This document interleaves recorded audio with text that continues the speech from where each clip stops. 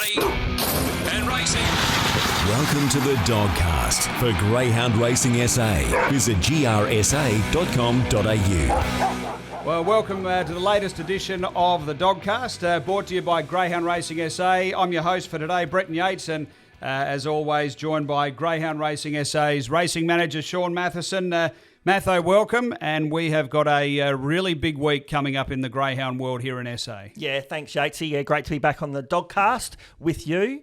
And, plenty of stuff going on in greyhound racing in South Australia. I mean, we've got the launching pad final coming up on this Thursday night. And, of course, on Sunday just gone, the Group 3 Murray Bridge Gold Cup. What a wonderful night that was. 6 wonderful heats. And no doubt we'll be touching on that later in the show. Yeah, really looking forward to that. The way the box draw is shaped up as well for that Group 3 final is something to really talk about. And as you touch on, Thursday night, it's a big night, the final of the Launching Pad SA division. So we've got plenty to come up. Up next, our big review.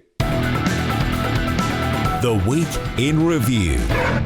Our week in review brought to you by the Fresh Pet Food Co., proud suppliers of fresh pet food for our GAP SA greyhounds in the GAP prison programs. They're based right here in SA. Visit their website, freshpetfoodco.com.au for more info. Matho, we head back to last Sunday. We had 6 heats of the Murray Bridge Cup, sponsored by Daesh Irrigation and Fodder.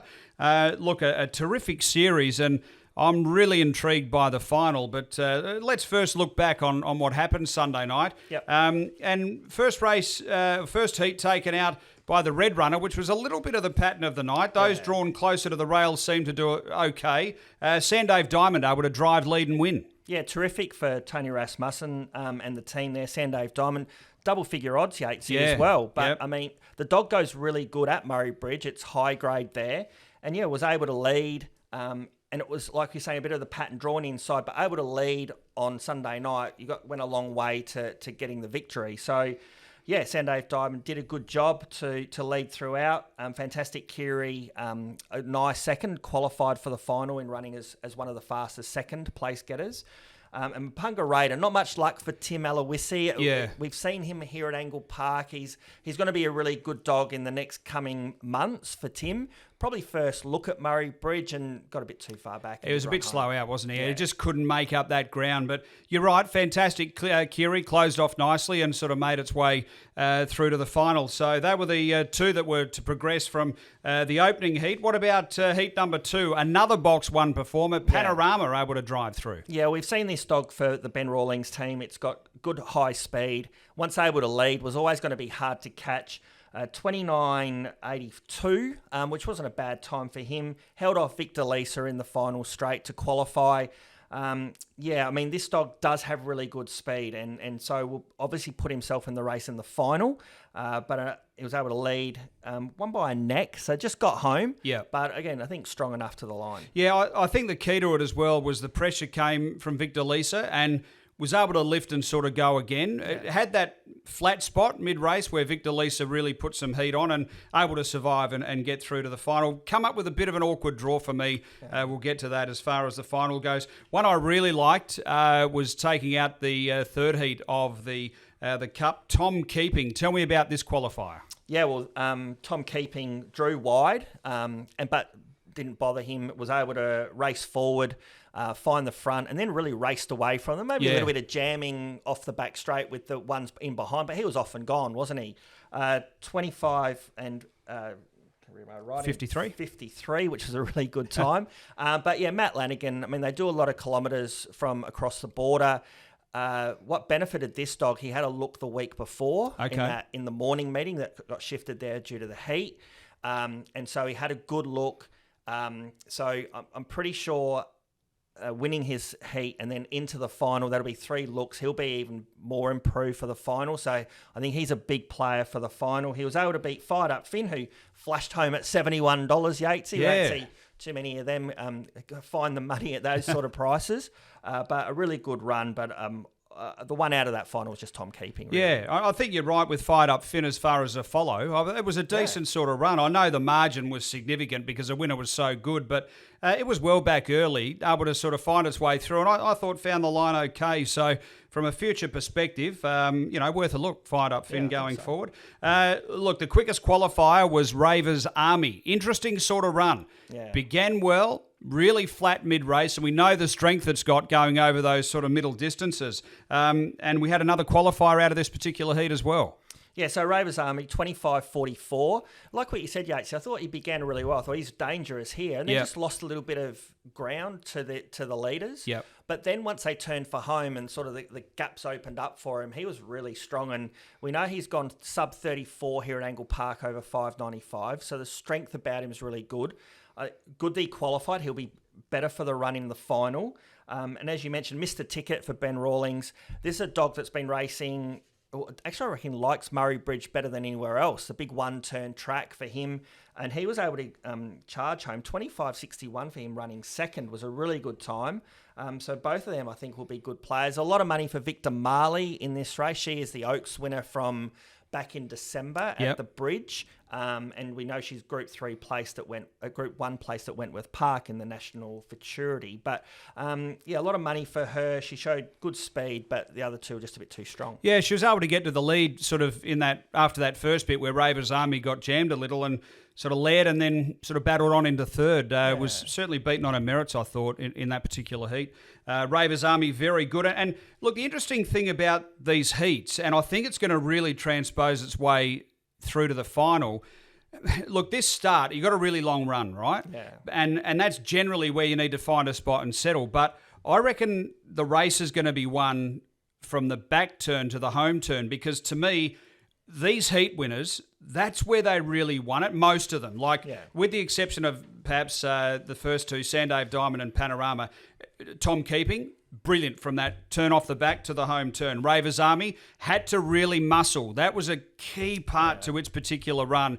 It was copping left and right pressure, but to hold and then you're right in the straight where it powered through. Our next one, same story. Fantastic Dixie. Draws inside, away okay, but that section from off the back to the home turn really put them to the sword. I think that's going to be a key part to the final. Actually, I made a mistake. It was the quickest qualifier, Fantastic Dixie. Yep. Narrowly in front of Raver's Army, a .02 difference. Take us through the win of Fantastic Dixie in the fifth heat. Well, I think box one helped her a lot, because she's never the fastest out. She holds her own. Yeah. But then once she musters and she's hard on that rail, she just motors from those 2 points you were talking about. Yeah. And there was plenty of room for her to move, really. Yes. And she got going and she really motored past them 25.42, won by close to 7 lengths, really raced away. She was super strong, but I do think the box draw helped her a lot in that heat. Yep. She was strong in the market, and she does go good at Murray Bridge. So she's going to be another one. Whenever she draws close, which she has in the final, which we'll talk later, she's certainly a big player. But yeah, she's got really good acceleration through that mid-race. And Victor Tony, good run into second, didn't qualify, but Fantastic Dixie, I don't think you can take much away from her. I think your point's well made about the space that it had to move in the early part. And I'm just wondering whether it's going to get the same sort of space to move in the final with Tom Keeping drawn on its outside. So we'll discuss that and look forward to seeing what may play out there. The final heat was race 7. This was heat 6. And Bernardo Bowl and Victor Mikey battled it out with Victor Mikey sort of stranded a bit out deep and eventually finding its way. But really powerful late. I really like the way it found the line in the running. Yeah, a really good run, Yates. So I thought once Victor Mikey was caught out off the track, I thought, well, okay, battle into a place. I agree, yeah. But really rocketed home. Bernardo Bowl, I thought once Bernardo Bowl found the front... I agree as well. I thought exactly the same thing, yeah. So, I mean, full credit to Victor Mikey, really. Can't take anything away from that run. I'm not too worried about the 25.84 time because it was doing work out wide, so that's a really good time. But yeah, I mean, Victor Mikey, Bernardo Bowl, both good runs. They're probably the only dog that sat wide and got home, Victor Mikey, to qualify. Everything else was up on speed and near the lead. So, yeah, I mean, rounded out a good night. The Rasmussen's got 2 into the final. Rawlings team got 2 into the final, and the Chegia team got 2 into the final. Yeah. So a really good night of racing on Sunday night at the Bridge. What's the race worth, Matho, the final on Sunday? Yeah, so Group 3 level, 25,000 to the winner. So very, very much a race to be won. The 6 heats, only Matt Lanigan from Victoria came across the border. Yep. And in past years, we've had really good support from interstate. Yep. But the Horsham Cup landed at the same time. Okay. So I probably took a few of those sort of just second tier one-turn dogs just away from us. So, but that's okay. I mean, we had 6 wonderful heats, huge depth. But yeah, 25,000 on Sunday night to the winner. And the supporting program, Yatesy, will be actually really strong as well. Yeah, and look, I think the strength of the race can be found in the final because it is a fantastic race on paper. We'll get to it soon, but the way they came through, the times they ran, the boxes that have been drawn, and that position that you're going to need to find to get off the back is going to be so crucial. So, look, it's a ripping final. I can't wait for it on Sunday night. Now, Thursday night, we've got the final of the launching pad coming up. We'll dissect that, but the best way to maybe begin that is to go back and have a look at the heats last Thursday night. And the first of them was race 3 and taken out by Could Be King, my greyhound. Yeah, one of your favourites. Actually was able to... began pretty well, was out with them and just too powerful in the finish. A really nice win. Well, I think, he's had some really strong racing of recent weeks, through the likes of, the St. Ledger and all of those sorts of races. So, he is a very progressive type, big dog, did what you sort of expected him to do when Queen of Scotch won the feature race a few weeks ago. Yep. He was able to just sort of sit in behind them and just muscle his way through. But the last section, Yatesy, is the thing that I think most people are excited by this dog about, is that he found his way to the front mid-race and he just went away from them pretty easily. Yeah. So there's plenty of upside to this dog. Zipping Highland was a good run for Nicky Price into second. I thought it was really good because, like you say, Could Be King the run home, but it held the tail there for most of that way. Yeah. It sort of didn't lose any ground, and if anything, it might have even made a little bit in the run home. Might have made half a length or so on the winner. I thought it was a really game effort, the second dog as well. They streeted the rest of them, didn't they? Yeah. Victor Kerr was back in third to qualify, but a long way from the first 2. So, I certainly think Could Be King and Zipping Highland in the final will be strongly supported, I think. Yeah. They were both really good runs. And, the other thing with this is that they were small lead-ins, so the fields were small leading in, and the way the races were run, we'll get to the next couple of heats, they were a bit scrambly and there was a lot of space. When we come to the final, it's going to be a bit different to that, so we're really intrigued on your thoughts as to how that may play out. The second of the heats, taken out by Livet, quite an amazing win. Greyhound who was never in it early, it was well back, wide, the leaders were up and running, and I don't know where it found the last section from. Extraordinary finish to win. Yeah, it looks like it's an improving type. Probably didn't expect that on what he's been showing of late. But, full credit to the Rasmussen team. They've got this dog running really well, set for the heat, powered home. 30.88. So, it needs a bit more improvement there, I would have thought. Yep. But definitely it's on the right path. And, take nothing away. Spartan Brave ran second. I think with Spartan Brave, it was first up for Lockie Mill in South Australia from interstate. So expect a little bit of improvement there. But, I wouldn't take much away from Livet. Rage and Riot, it's got good high speed. Yes. But probably the 5.30, the slightly stronger ones can get past it. What about the last heat of the launching pad? Look, this was pretty elementary stuff. Agent 99 straight to the lead. We had the 1 and the 4 sort of tangle in behind, and then the roughie faster than slow running into second. Yeah, probably the least we say about the race, the better, Yatesy, to be honest. But take nothing away from Agent 99. 30.73. It's in a rich vein of form. That was its 3rd win on the bounce there. See My Future, the hot favourite. As I said, due to the tangle, unfortunately didn't qualify for the final. Whether it would have beaten Agent 99 is debatable. Yep.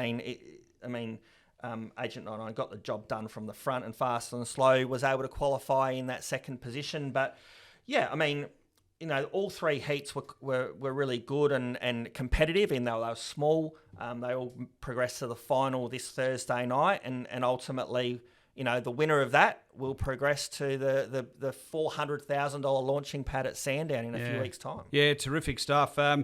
Speaking of Tony Rasmussen earlier as well, now Victor Damien, can you talk to us about where he's heading to next? Yeah, well, I mean, I'd love to say we're going to see him in South Australia soon, but it doesn't look like we're going to see him. He's going to be travelling all around the country, it looks like. So, I mean, congratulations to the team there, the Shadows and the Rasmussens, that Victor Damien's been picked up by Ladbrokes for the slot race in Perth, the Sandgroper, I think it's called. And so, as part of, I think, the agreement there, because Ladbrokes sponsor the Golden Easter Egg. So, and we know Victor Damien's already won a Group 1 there, the National Derby. So I think he'll be heading there to the Golden Easter Egg, hopefully progress through to the final there. And then the week later, towards the middle of April, he'll be off to Western Australia for the Sandgroper, the slot race, taking on the likes of Wow, She's Fast, She's a Pearl. Really exciting for those guys. South Australian racing, he's SA bred, he's SA owned. But yeah, I mean, really, really exciting for the team and looking forward to what he can do. So he'll be trialling at Cannington this Saturday night. Okay. So we saw Wow, She's Fast trial last Saturday night. She just broke 30 seconds, but she just came off the plane and all of that. So it'll be interesting to see what time Victor Damien can run. Yeah, he was terrific in the final, wasn't he, the Australian Cup? I heard you and Lockie speak about him on the Dogcast last week, but gee, what a performance. Just not in it early, but what he did from that sort of into the back section home was pretty extraordinary stuff. Well, as we mentioned, I mean, I think the Group 1 dogs, the Wow, She's Fast, Amaron Boy, they could have done what he did, but they'd have been going up the inside. Yep. Victor Damien was out wide, right? Yeah. So I don't even know if they would have been able to necessarily do exactly what he's able to do. I mean, it's a wonderful run, and he's one of, if not the most exciting young chasers in the land. And definitely Ladbrokes feel that way. They've picked him up nice and early for the slot race. So, geez, exciting times. I mean, you get these once-in-a-lifetime dogs come around, and I think Tony has sort of said that this is the dog, I think, for them. So, fingers crossed that he keeps progressing well. And Yatesy, just a quick one. I hope it's not on the run sheet there, but the truck bounced back into the winners list. Yes. He hasn't won, I think, since January 2022. So, over the 680. He's been going around over the straight track at the bridge. Yep. But he was Sunday night, 680. I've got to tell you, I was in the venue. It was race 9 or 10 on the card, and it was a big cheer. Like, everyone was up and about. The truck got home. So congratulations to Wally and the truck, and nice to see him in the winner's circle. Oh, fantastic stuff, Sir Truculent. Gee, what a greyhound he's been here in South Australia.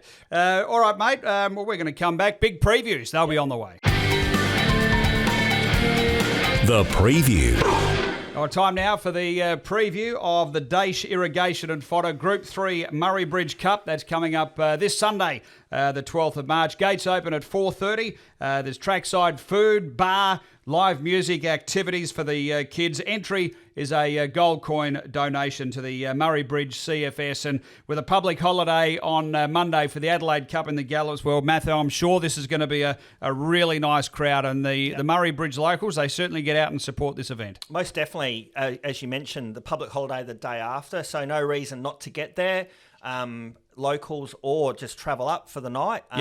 It's going to be a huge program of racing, plenty of support races with plenty of good dogs going around. But obviously the feature is going to be the Group 3 Murray Bridge Cup final worth $25,000. I mean, it's a wonderful race on paper. And for those that are going, they're going to have the opportunity to experience greyhound racing from a couple of different perspectives, because we've got the heats that were run earlier in the week for the Murray Bridge straight track. We'll have a couple of straight track races that are at the beginning of the program. Yep. And then we move into the circle track. So can you just briefly outline how that all works? Yeah, so because the straight track is, you're right next to the patrons, because you're right there. So we wanted to have that as just an extra thing on the night. And so the first two races 1 and 2, will be run down the straight track, 1 over 300, 1 over 350. They're both finals of heats on Tuesday. And so, I mean, that'll be really good. And then there's like a our team will go to work to take the winning post down, get everything ready, move the alignments and all that sort of stuff, so that we can go to the one turn and then get into the remainder of the program. But we do the straight track early because there's no lights on the straight track, so we do them first, and then we build into the rest of the night with the one turn. So it's a really good. It's really good that we're doing that, and we get really good feedback around it, that people get that, there's not too many venues. You can have 2 tracks at the one night. Yeah. So we're quite unique in that regard. And I think what an experience it would be for the spectators to be right up close and you're basically right on them. I mean, you're right. That straight track, you're right there. So to feel that excitement and to experience the sensation as they run by you is going to be a great opportunity for people on Sunday. I think that's a really good point, Yatesy, because you can look at the greyhounds run around on TV and go, oh, yeah, you're moving pretty fast. Yep. But if they're a little bit away from you, again, you see how fast they're going, but they're going right in front of you. They're gonna be to your left, and then they're going to be to your right, and the race will be over. Yeah. So it'll be really good to, the people will see that, and they also see the dogs they are once they finish the race. They get their pats and how much love the participants have for them. So it's really good. Rightio, let's start to get into this big feature final. I'll just run through the box draw on the market, and then you can start diving away. We got Raver's Army in box 1, so it's $3.30, equal favourite. 2 Sandave Diamond is $8. 3 Fantastic Dixie is $3.30, equal favourite. 4 Tom Keeping at $4.40. 5 Fantastic Kiri at $21.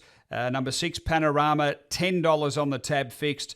7 Mr. Ticket, $12, and box 8 Victor Mikey at $12. Bernardo Bowl and Victor Tony are the 2 reserves in order there, $22 and $8 respectively. So there's still a little bit of percentage to come out with those 2 reserves, but Raver's Army and Fantastic Dixie coming up as equal favourites, and I sort of can't really dispute that from the way I see the race. Take us through it, Matho. What are you seeing? Yeah, well, I think, like what you said, I think they've got the market right. I think it's pretty clear the way the heat's panned out and the way the box draw has fallen that the inside 4 dogs are the 4 favourites, really, because they've got speed and strength, and the greyhounds drawn 5 to 8. They also have speed and strength, but they've got to get around the inside 4. So I think the market's right. I think Raver's Army and Fantastic Dixie, both genuine favourites. I mean, the way I looked at the race was, you always want to be leading in these sorts of races because you do take the luck out of it if you're in front. And the way I looked at it was Tom Keeping for mine out of the 4. Third look at the track for Matt Lanigan. I think it's going to be really hard to beat. I would have liked him to have either draw inside or outside, one or the other. I'm not sure about the middle. Having said that, Fantastic Dixie drawn on his inside and Fantastic Kiri on his outside. They're not going to beat him out. So he's at least going to have a little bit of room there to build momentum. Sandave Diamond, I think we saw in the heat that it'll go forward and probably lead initially. I don't think Raver's Army can lead it, but Raver's Army with a good beginning is going to be sweating on them. So I think Tom Keeping's a fair chance to be either just outside Sandave Diamond or even leading himself. If he's leading, I can't see any of the outside brigade challenging, although I full respect for Panorama because I know he's very fast out, and Mr. Ticket out wide as well for the Rawlings team. But in looking at it, Yatesy, and this is just my take on it, I think Sandave Diamond's drawn to get to the rail first. Tom Keeping challenge, possibly race away, and if I've got Tom Keeping on top and he crosses Sandave Diamond, I think it makes it a little bit harder for Raver's Army. He's got to just wait a little bit, but I think he'll be charging home. So I'm looking at him to fill second. Fantastic Dixie, I'm interested to see what you think, Yatesy. Where's she going to end up in the run? Well, look, the way you've spoken about this race, I think is spot on, and I see it very similar. The key to me is, as we touched on earlier, it's going to be that section off the back to the home turn. Yeah. Now, I think Tom Keeping has got that superior acceleration to get over and cross Sandave Diamond eventually. Sandave, I think, probably jumps in front. Yeah. Tom Keeping, I think, outmusters and pushes hard. Fantastic Dixie will be trying to go, but I'm not sure it can go with Tom Keeping in that little part of the race. Yep. Raver's Army the same. I think if it bounces like it did last week, good, but it can't muster like the others. Yeah. It'll be booting through. What it can do is hold a position, and I think that's key because we saw in the heats, bounced, pressure, held, came again. I think that's a big part to its race. So what I see happening is Tom Keeping pushing on, getting to the front. Fantastic Dixie to me, look, it's got to be within a length of Tom Keeping off the back section and in front of Raver's Army for me to be able to win, because the chance it's got in the race is to go full bore around that bend. And we saw how strong it was in the run to the wire. Like, it was really strong late, and that's going to be key. So I know Tom Keeping ran the time, so how does it get past Tom Keeping if it's a length back? Look, the truth is I don't know, and it probably might not. But Raver's Army's the one that can show this bottom-end strength on the back of the middle distance racing. It's testing this particular race at this particular level. And it's the one that if sitting off, it's not out of the race. So I've probably got Raver's Army on top. However, I do like the price of Tom Keeping, because I think you're probably right. I think it probably does find the lead. And in front, I mean, going to be very hard to beat. So, look, toss up for me between the 1 and the 4. And, look, probably the 3 next best is Victor Mikey a roughie who can stay out of trouble and close off hard, or he just doesn't have the bottom end that these other fancies near the inside would have? Yeah, I just think he was really good in the heats, as we discussed, but I just think he's going to be stuck out there too wide. He won't be. Can't see him being in front. Mr. Ticket out of the 7, who I think is a sneaky each way chance to fill a hole. He likes to stay a bit wider. So I just think it makes it even harder for Victor Mikey. He has to then go in behind to try and find a run, and they're going to be running time up front. So as much as I was impressed by his performance, I just think at this level, I can't see him getting into the race. The only thing that I think could throw the cat amongst opinions is a dog like Panorama comes out, carves down. It then brings in Mr. Ticket and Victor Mikey, okay?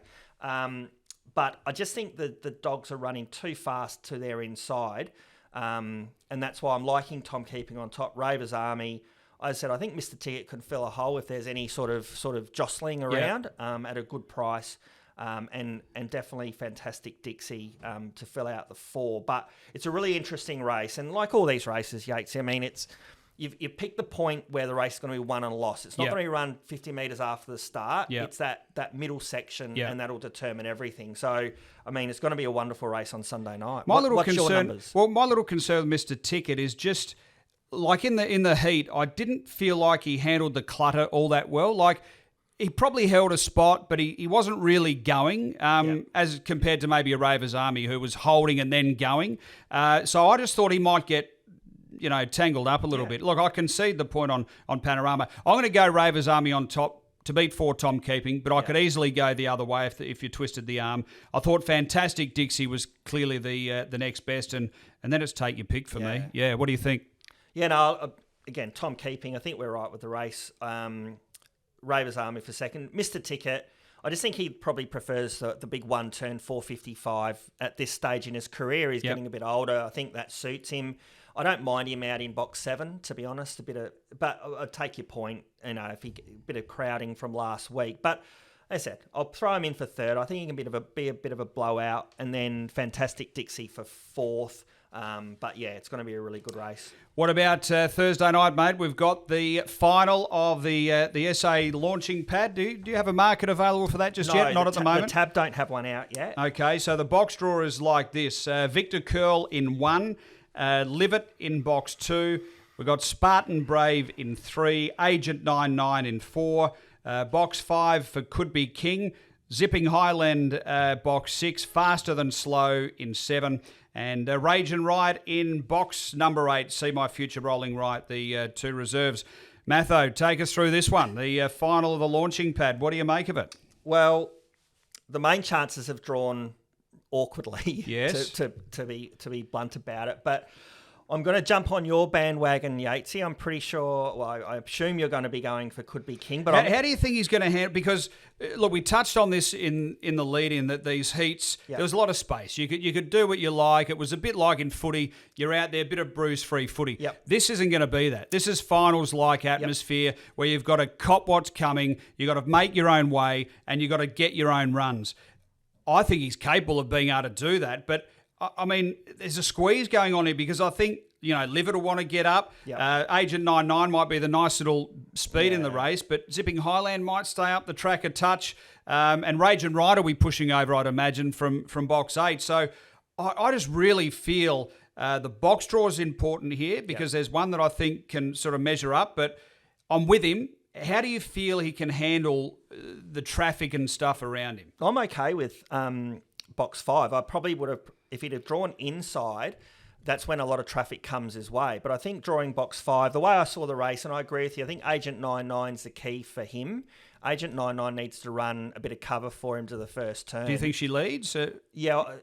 Spartan Brave will come out, and Agent 99 from his inside, they'll both come out. So Agent 99 might lead, doesn't have to, because I think there'll be enough speed there that Could Be King will be able to slot across. Yep. My concern is Livet out of the two, that if they are on level terms, Livet will want to get off on their first turn. Yeah. So he just needs to avoid Livet. To be fair, avoid Livet, and I think he's in the race up to his ears. And I think Rage and Riot from out wide possibly leads them all, but probably will go that fast early that it won't really affect the rest of them. So I think the race could break up a little bit. Could Be King shows that he wants to get along the inside and really charge home. But early in the race, he doesn't dive to the rail. He's happy to just sit off a little bit. Yep. So I think if he can get around that first turn, I think he's okay. And geez, he's got the strength in the race. Yeah. And he'll barge his way through. I can't see him necessarily needing to go to the outside because I think runs will come for him. So I'm pretty buoyant about him, even though he's not going to be leading to the first turn. Yeah. And you're going to need a touch of luck, right? But I think I'm with him. To me, he's the most promising in the field, and he's got plenty of upside. So I'm with him on top. Where did you think he'd end up in the run? Look, I agree. I'm hoping he can sort of get to that third or fourth, just one or two off the inside. I mean, he's a big dog, so he's 36 kilos. So you're right in what you say, can probably absorb and go. My little concern is if he gets stopped in his tracks a bit, can he pick up again and go? Now, is he going to get stopped? Maybe not, because what I see happening is I see the rail opening up very, very strongly because I think Victor Curl's going to get the sweetest run. And I think it's going to be... I think she'll run a race. I mean, I've got her in the top 3 because I think Livet will stay up. I think Agent 99 will be trying to work over. Could Be King will be in behind. Zipping Highland will be deep.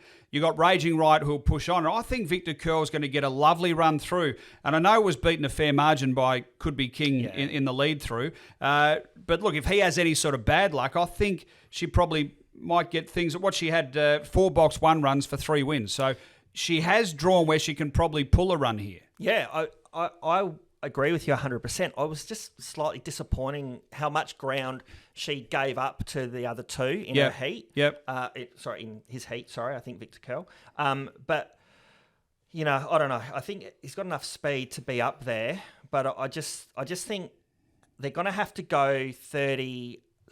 They're going to have to go better than 30-70 to win this race. And I think that's the max for some of these dogs. I agree. Look, Could Be King's the only one that sort of stretched beyond that. And that only happened last week. In his particular, he only just put it all together. I think that's the key with him too. He's still got so much learning and he's figuring out how he can run in races. And it was a real step up in a small field, admittedly, but I really like the way he went. I'll tell you the other one I'm a bit keen on is Zipping Highland. I touched on him in the heat with Could Be King. I mean, he was beaten 4 lengths. I thought he really was bold in chasing down out after the sort of tearaway strength of Could Be King. And I thought he held his ground well. And I thought he's drawn where he maybe will like. He likes to track middle to wide. Yep. I thought he's my danger. So I've gone 5-6-1 just for the numbers, but I really thought he had a great chance in this race. Yeah, I think he has drawn, again, they'd probably like to draw a bit closer to the rail, but the way the race sets up, I think drawing 6, Rage and Riot will possibly be off and gone. So you're going to get plenty of opportunity to work into the race.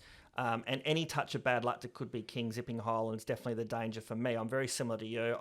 I've got the 5 on top. As I say, I'm a bit more buoyant around where he might run, knowing what he can do in his last section. Zipping Highland for second, and I'm going to go with Agent 99 because I reckon he might be able to get close. He might be able to get to the rails first. So I think he can run a bold race. The interesting thing with Could Be King, he's had 6 starts. He's had 5 of them box 1 or 2, and the other start is box 8.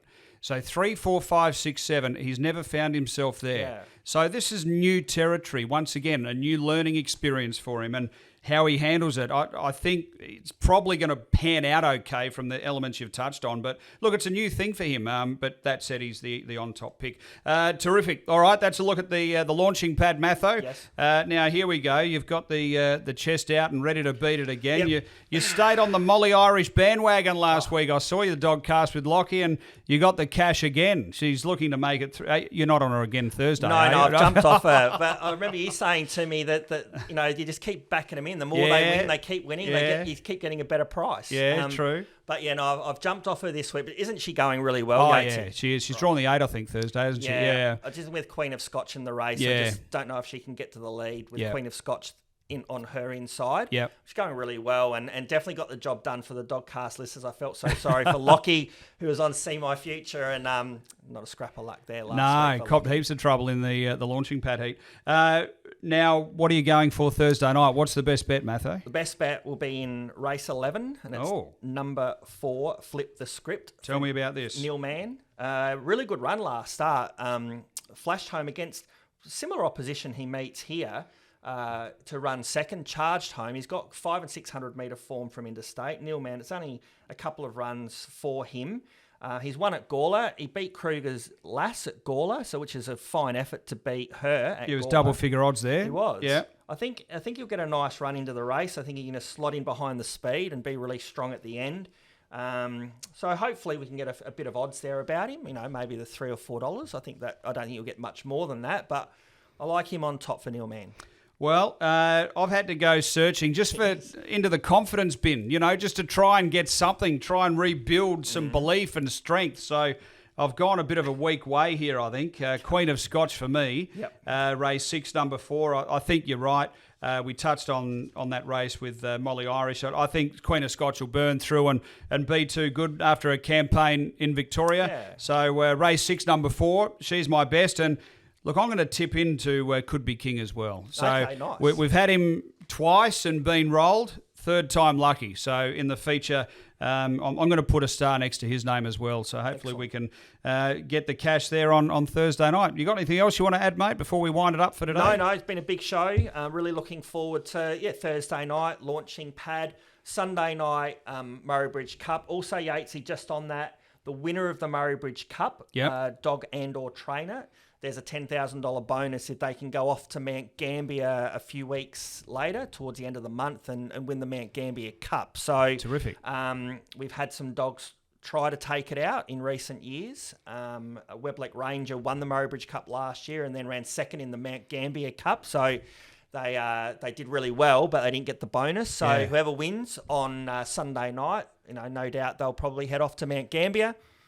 With a team of dogs. Oh, terrific stuff. Well, mate, good on you, Matho. Great Dogcast, and I hope you get a winner Thursday night, and we'll see you at the Murray Bridge Cup on Sunday.